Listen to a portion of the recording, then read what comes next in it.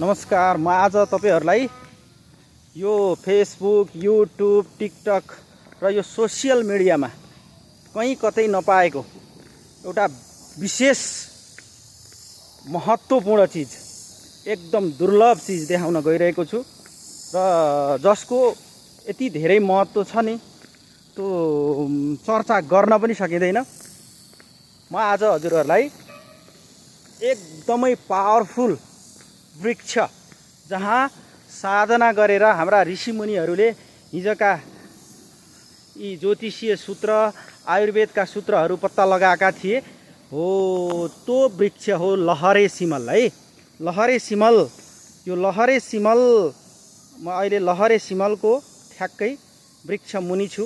यो लहरे सिमल यसको धार्मिक लगायत यसको स्वास्थ्यको हिसाबले पनि एकदमै महत्त्वपूर्ण वृक्ष हो।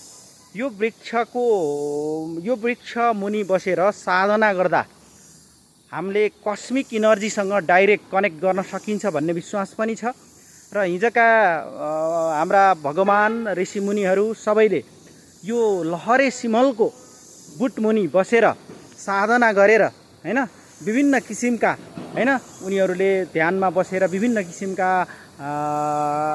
अहिलेको वैज्ञानिकहरूले जस्तै हिजो उनीहरूले विभिन्न किसिमका हैन खोज अनुसन्धान गर्नुभयो।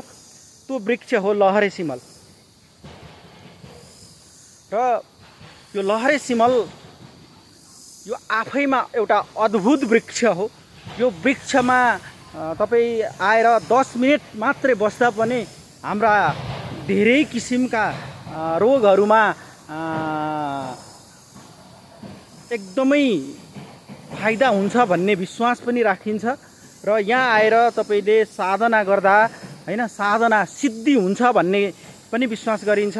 यो वास्तवमा तानपा 7 को वंशगोपाल मन्दिर परिसर भन्दा, मैले अघिल्लो भिडियोमा जुन राखेको वंशगोपाल मन्दिर भन्दा केही मिटर, लगभग 500 मिटर अगाडि यो वृक्ष रहेको छ।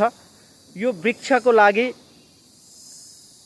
हाम्रो स्थानीय सरकारबाट पनि यसको संरक्षणको लागि पहल भएको र यसको संरक्षण गर्ने भन्ने मैले जानकारी पनि प्राप्त गरेको थिएँ र यो भनेको हामीले यसको संरक्षण, सम्वर्धन र प्रवर्धन गर्न सकेको खण्डमा यसले पर्यटन प्रवर्धनलाई पनि जोड दिन सक्छ हैन, त्यसलाई टेवा पुर्याउन सक्छ।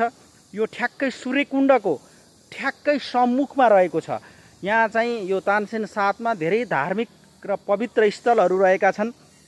यसको 100 मिटर अगाडि शिवालय मन्दिर, 100-150 मिटर पछाडि तपाईको चाहिँ वंशगोपाल मन्दिर र यसको 100-150 मिटर उत्तरमा फेरि सूर्यकुण्ड।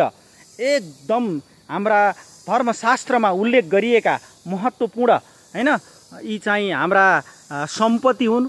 यी सम्पत्तिको जगेर्ना गर्नु हामी सबैको दायित्व, जिम्मेवारी रहन्छ र निश्चय नै अब आइँदा यो लहरे सिमललाई स्थानीय सरकारले पनि यसको